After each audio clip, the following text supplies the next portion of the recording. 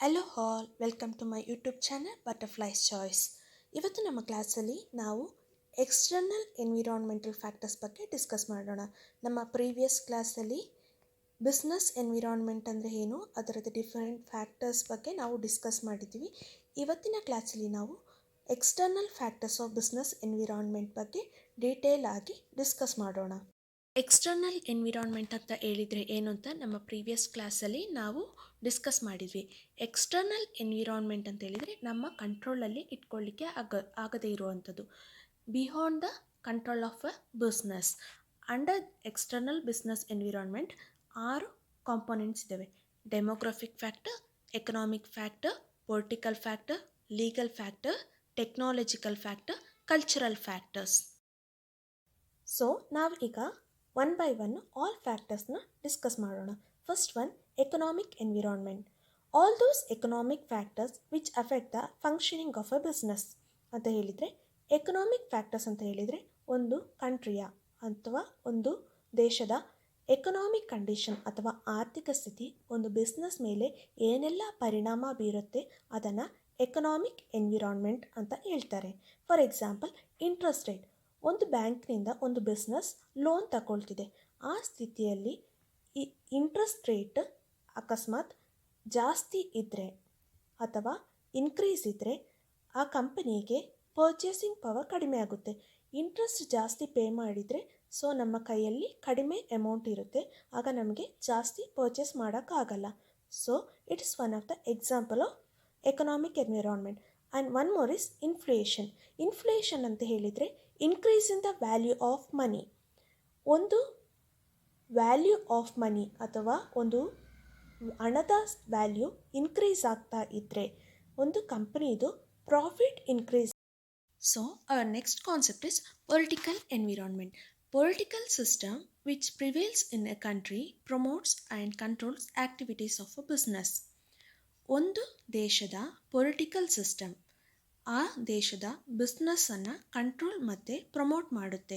ಏನೆಲ್ಲ ಮೆಷರ್ಸ್ ಒಂದು ಬಿಸ್ನೆಸ್ನ ಕಂಟ್ರೋಲ್ ಮತ್ತು ಪ್ರಮೋಟ್ ಮಾಡಲಿಕ್ಕೆ ಒಂದು ಪೊಲಿಟಿಕಲ್ ಸಿಸ್ಟಮ್ ಏನೆಲ್ಲ ಮೆಷರ್ಸ್ ತಗೊಳ್ಳುತ್ತೆ ಅದು ಬಿಸ್ನೆಸ್ನ ಅಫೆಕ್ಟ್ ಮಾಡುತ್ತೆ, ಅದನ್ನು ಪೊಲಿಟಿಕಲ್ ಎನ್ವಿರಾನ್ಮೆಂಟ್ ಅಂತ ಹೇಳ್ತಾರೆ.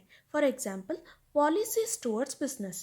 ಒಂದು ಪೊಲಿಟಿಕಲ್ ಪಾರ್ಟಿ ಒಂದು ಬಿಸ್ನೆಸ್ಗೋಸ್ಕರ ಏನೆಲ್ಲ policies and rules and regulation ಏನಾದರೂ ಮಾಡಿದರೆ ಅದನ್ನು ಒಂದು ಬಿಸ್ನೆಸ್ ಫಾಲೋ ಮಾಡಬೇಕಾಗುತ್ತೆ. ಅದನ್ನು ನೆಗ್ಲೆಕ್ಟ್ ಮಾಡೋಕ್ಕಾಗಲ್ಲ, ಅವಾಯ್ಡ್ ಮಾಡಲಿಕ್ಕಾಗೋಲ್ಲ. ಅದನ್ನು ಪೊಲಿಟಿಕಲ್ ಎನ್ವಿರಾನ್ಮೆಂಟ್ ಅಂತ ಹೇಳ್ತಾರೆ. Next concept is technological environment. Innovations which provide new ways of producing goods and services, new methods and techniques of operating a business.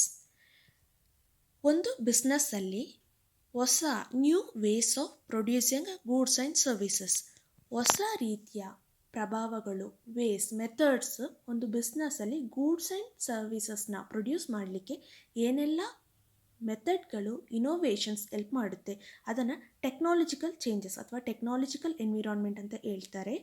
New methods and techniques of operating business, ಒಂದು ಬಿಸ್ನೆಸ್ನ operate ಮಾಡಲಿಕ್ಕೆ new techniques ಏನೆಲ್ಲ help ಮಾಡುತ್ತೆ ಅಥವಾ ಏನೆಲ್ಲ ಟೆಕ್ನಾಲಜಿನ follow ಮಾಡ್ತಾರೆ ಒಂದು ಬಿಸ್ನೆಸ್ಸಲ್ಲಿ, new ಮೆಥಡ್ಸ್ನ, ಅದನ್ನು ನಾವು ಟೆಕ್ನಾಲಜಿಕಲ್ ಎನ್ವಿರಾನ್ಮೆಂಟ್ ಅಂತ ಹೇಳ್ತೀವಿ.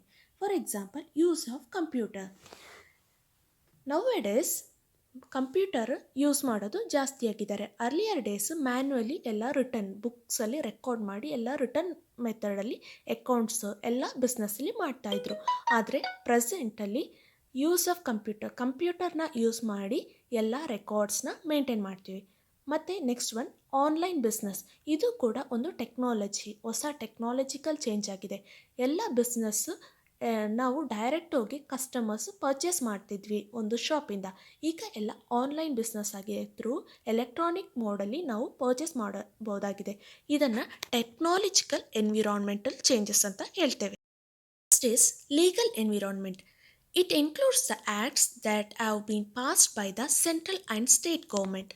ಸೆಂಟ್ರಲ್ ಗೌರ್ಮೆಂಟ್ ಮತ್ತು ಸ್ಟೇಟ್ ಗೌರ್ಮೆಂಟ್ ಏನೆಲ್ಲ ರೂಲ್ಸ್ ಆ್ಯಂಡ್ ರೆಗ್ಯುಲೇಷನ್ ಅಥವಾ ಆ್ಯಕ್ಟ್ ಪಾಸ್ ಮಾಡುತ್ತೋ ಅದನ್ನು ಒಂದು ಬಿಸ್ನೆಸ್ ಫಾಲೋ ಮಾಡಬೇಕಾಗುತ್ತೆ. ಅದನ್ನು ಲೀಗಲ್ ಎನ್ವಿರಾನ್ಮೆಂಟ್ ಅಂತ ಹೇಳ್ತಾರೆ. ಇದನ್ನು ಅವಾಯ್ಡ್ ಮಾಡಲಿಕ್ಕಾಗಲ್ಲ, ಕಂಪಲ್ಸರಿಯಾಗಿ ಒಂದು ಬಿಸ್ನೆಸ್ ಅದನ್ನು ಫಾಲೋ ಮಾಡಬೇಕಾಗುತ್ತೆ. ಫಾರ್ ಎಕ್ಸಾಂಪಲ್ ಕಂಪನಿ ಆ್ಯಕ್ಟ್ ಪ್ರಕಾರ ಏನೆಲ್ಲ ರೂಲ್ಸ್ ಆ್ಯಂಡ್ ರೆಗ್ಯುಲೇಷನ್ ಇದೆಯೋ ಅದನ್ನು ಒಂದು ಕಂಪನಿ, ಆರ್ಗನೈಸೇಷನ್ ಅಥವಾ ಬಿಸ್ನೆಸ್ ಕಂಪಲ್ಸರಿಯಾಗಿ ಫಾಲೋ ಮಾಡಬೇಕಾಗುತ್ತೆ. ಮತ್ತು ಇನ್ಕಮ್ ಟ್ಯಾಕ್ಸ್ ಆ್ಯಕ್ಟ್ ಪ್ರಕಾರ ಏನೆಲ್ಲ ರೂಲ್ಸ್ ಆ್ಯಂಡ್ ರೆಗ್ಯುಲೇಷನ್ ಇದೆಯೋ, direct tax rules, GST rules, ಎಲ್ಲ ರೂಲ್ಸ್ ಏನೆಲ್ಲ ಟ್ಯಾಕ್ಸ್ ರೂಲ್ಸ್ ಇರುತ್ತೋ ಅದನ್ನು ಒಂದು ಬಿಸ್ನೆಸ್ ಫಾಲೋ ಮಾಡಬೇಕಾಗುತ್ತೆ. ಅದನ್ನು ಲೀಗಲ್ ಎನ್ವಿರಾನ್ಮೆಂಟ್ ಅಂತ ಹೇಳಿ ಕರೀತಾರೆ. Cultural factors are the things that effect the habits and spending of customers. ಒಂದು ಬಿಸ್ನೆಸ್ ಪ್ರೊಡ್ಯೂಸ್ ಮಾಡಬೇಕಾದ್ರೆ, ಒಂದು ಪ್ರಾಡಕ್ಟ್ನ ಪ್ರೊಡ್ಯೂಸ್ ಮಾಡಬೇಕಾದ್ರೆ ಒಂದು ಕಲ್ಚರಲ್ ಎನ್ವಿರಾನ್ಮೆಂಟ್ನ ಕಾನ್ಸೆಪ್ಟನ್ನು ಮೈಂಡಲ್ಲಿ ಇಟ್ಕೊಂಡು ಒಂದು ಪ್ರಾಡಕ್ಟ್ನ ಪ್ರೊಡ್ಯೂಸ್ ಮಾಡಬೇಕಾಗುತ್ತೆ. ಅದು ಏನಂತ ಹೇಳಿದರೆ habits and spending of customers. ಒಂದು ವ್ಯಕ್ತಿಯ, ಒಂದು ಕಸ್ಟಮರ್ನ ಹ್ಯಾಬಿಟ್, ಅವನ ಅವಶ್ಯಕತೆಗಳು, ಹ್ಯಾಬಿಟ್ ಶೀಲಗಳು ಅಥವಾ ಅವನ ಸ್ಪೆಂಡಿಂಗ್ ಕೆಪಾಸಿಟಿ, ಅವನ ಲೈಫ್ ಸ್ಟೈಲ್, ಅವನ ಇನ್ಕಮ್. ಸ್ಪೆಂಡಿಂಗ್ ಅಂದರೆ ಅವನು ಒಂದು ಪ್ರಾಡಕ್ಟ್ನ ಪ್ರೊಡ್ಯೂಸ್ ಮಾಡಿದ್ದು ಪ್ರಾಡಕ್ಟ್ನ ಪರ್ಚೇಸ್ ಮಾಡಲಿಕ್ಕೆ ಅಥವಾ ಏನು ಸ್ಪೆಂಡ್ ಮಾಡಲಿಕ್ಕೆ, ಅಮೌಂಟ್ ಸ್ಪೆಂಡ್ ಮಾಡಲಿಕ್ಕೆ ಅವನ ಹತ್ರ ಎಷ್ಟು ಇನ್ಕಮ್ ಇದೆ. On the basis of that business should produce the product. ಒಂದು ವ್ಯಕ್ತಿಯ ಅಥವಾ ಕಸ್ಟಮರ್ನ ಹ್ಯಾಬಿಟ್ ಮತ್ತು ಸ್ಪೆಂಡಿಂಗ್ ಆಧಾರದ ಮೇಲೆ ಒಂದು ಬಿಸ್ನೆಸ್ ಪ್ರೊಡ್ಯೂಸ್ ಮಾಡಬೇಕಾಗುತ್ತೆ. For example taste and trends. ಒಂದು ಕಸ್ಟಮರ್ಸ್ನ ಟೇಸ್ಟ್ ಮತ್ತು ಟ್ರೆಂಡ್ಸ್ ಆಧಾರದ ಮೇಲೆ ಒಂದು ಕಂಪನಿ ಅಥವಾ ಬಿಸ್ನೆಸ್ ಒಂದು ಪ್ರಾಡಕ್ಟ್ನ ಪ್ರೊಡ್ಯೂಸ್ ಮಾಡಬೇಕಾಗುತ್ತೆ. ಮತ್ತು ಸ್ಟ್ಯಾಂಡರ್ಡ್ ಆಫ್ ಲಿವಿಂಗ್ ಅಂತ ಹೇಳಿದರೆ ಒಂದು ವ್ಯಕ್ತಿಯ ಸ್ಟ್ಯಾಂಡರ್ಡ್ ಆಫ್ ಲಿವಿಂಗ್, ಇನ್ಕಮ್ ಎಷ್ಟಿದೆ, ಅವನಿಗೆ ಪರ್ಚೇಸ್ ಮಾಡಲಿಕ್ಕೆ ಕೆಪಾಸಿಟಿ ಇದೆಯಾ ಆ ಪ್ರಾಡಕ್ಟ್ನ ಅಂತ ಮೈಂಡ್ನಲ್ಲಿ ಇಟ್ಕೊಂಡು ಒಂದು ಬಿಸ್ನೆಸ್ ಆ ಪ್ರಾಡಕ್ಟ್ನ ಅಥವಾ ಸರ್ವಿಸಸ್ನ ಪ್ರೊಡ್ಯೂಸ್ ಮಾಡಬೇಕಾಗುತ್ತೆ. Last concept is demographic environment. It is the different characteristics of a population. ಒಂದು ದೇಶದ ಅಥವಾ ಒಂದು ಏರಿಯಾದಲ್ಲಿನ different kinds of characteristics of population ಅಥವಾ ಜನರ ಪಾಪ್ಯುಲೇಷನ್ನ ಡಿಫ್ರೆಂಟ್ ಐಡಿಯಾಸ್, ಕ್ಯಾರೆಕ್ಟರಿಸ್ಟಿಕ್ಸ್, ಅವರ ಗುಣಗಳು ಒಂದು ವ್ಯಕ್ತಿಯಿಂದ ಒಂದು ವ್ಯಕ್ತಿಗೆ ಡಿಫ್ರೆಂಟ್ ಆಗಿರುತ್ತೆ. ಸೊ ಅದನ್ನು ಕಾನ್ಸೆಪ್ಟ್ನ ಮೈಂಡಲ್ಲಿ ಇಟ್ಕೊಂಡು ಅಥವಾ ಅದನ್ನು ಬೇಸ್ ಆಗಿ ಇಟ್ಕೊಂಡು ಒಂದು ಪ್ರಾಡಕ್ಟ್ ಅಥವಾ ಸರ್ವಿಸಸ್ನ ಪ್ರೊಡ್ಯೂಸ್ ಮಾಡಬೇಕಾಗುತ್ತೆ. ಅದನ್ನು ಡೆಮೋಗ್ರಫಿಕ್ ಎನ್ವಿರಾನ್ಮೆಂಟ್ ಅಂತ ಹೇಳ್ತಾರೆ. For example different age people group ideas ಮತ್ತು ಟೇಸ್ಟ್ ಆ್ಯಂಡ್ ಪ್ರಿಫರೆನ್ಸಸ್ ಬೇರೆ ಬೇರೆ ಆಗಿರುತ್ತೆ. ಸೊ ಏಜನ್ನು ಬೇಸಾಗಿ ಇಟ್ಕೊಂಡು ಒಂದು ಪ್ರಾಡಕ್ಟ್ನ ಪ್ರೊಡ್ಯೂಸ್ ಮಾಡೋಕ್ಕಾಗುತ್ತೆ. ಮತ್ತು ಜೆಂಡರ್, ಫೀಮೇಲ್ಸ್ಗೆ ಒಂಥರ ಪ್ರಿಫರೆನ್ಸ್ ಇರುತ್ತೆ, ಮೇಲ್ಸ್ಗೆ ಒಂಥರ ಪ್ರಿಫರೆನ್ಸ್ ಇರುತ್ತೆ. ಸೊ ಬೇಸಿಸ್ ಆಫ್ ಜೆಂಡರ್ ಕೂಡ ಪ್ರೊಡ್ಯೂಸ್ ಮಾಡಬೇಕಾಗುತ್ತೆ. ಮತ್ತು ಇನ್ಕಮ್ ಕೆಪಾಸಿಟಿ ಒಂದು ವ್ಯಕ್ತಿಯಿಂದ ಇನ್ನೊಂದು ವ್ಯಕ್ತಿಗೆ ಡಿಫ್ರೆಂಟ್ ಆಗುತ್ತೆ. ಸೊ ಈ ಇನ್ಕಮ್ ಕೆಪಾಸಿಟಿಯನ್ನು ಕೂಡ ಬೇಸಾಗಿ ಇಟ್ಕೊಂಡು ಒಂದು ಪ್ರಾಡಕ್ಟ್ನ ಅಥವಾ ಸರ್ವಿಸಸ್ನ ರೆಂಡರ್ ಮಾಡಬೇಕಾಗುತ್ತೆ. ಈ ಡೆಮೋಗ್ರಫಿಕ್ ಫ್ಯಾಕ್ಟರ್ ಕೂಡ ಒಂದು ಬಿಸ್ನೆಸ್ನ ಕಂಪಲ್ಸರಿಯಾಗಿ ಫಾಲೋ ಮಾಡಬೇಕಾಗುತ್ತೆ. ಇದನ್ನು ಅವಾಯ್ಡ್ ಮಾಡಲಿಕ್ಕೆ ಆಗೋಲ್ಲ. So it is one of the factor of business environment. So ಈ ವಿಡಿಯೋ ನಿಮಗೆಲ್ಲ ಇಷ್ಟ ಆಗಿದೆ ಅಂತ ಭಾವಿಸ್ತೀನಿ. ನಿಮಗೆಲ್ಲ ಇಷ್ಟ ಆಗಿದ್ದರೆ ದಯವಿಟ್ಟು ಶೇರ್ ಮಾಡಿ, ಲೈಕ್ ಮಾಡಿ, ಸಬ್ಸ್ಕ್ರೈಬ್ ಮಾಡಿ. ನಮ್ಮ ಮುಂದಿನ ವಿಡಿಯೋ ಅಲ್ಲಿ ಮೀಟ್ ಮಾಡೋಣ. ಬಾಯ್.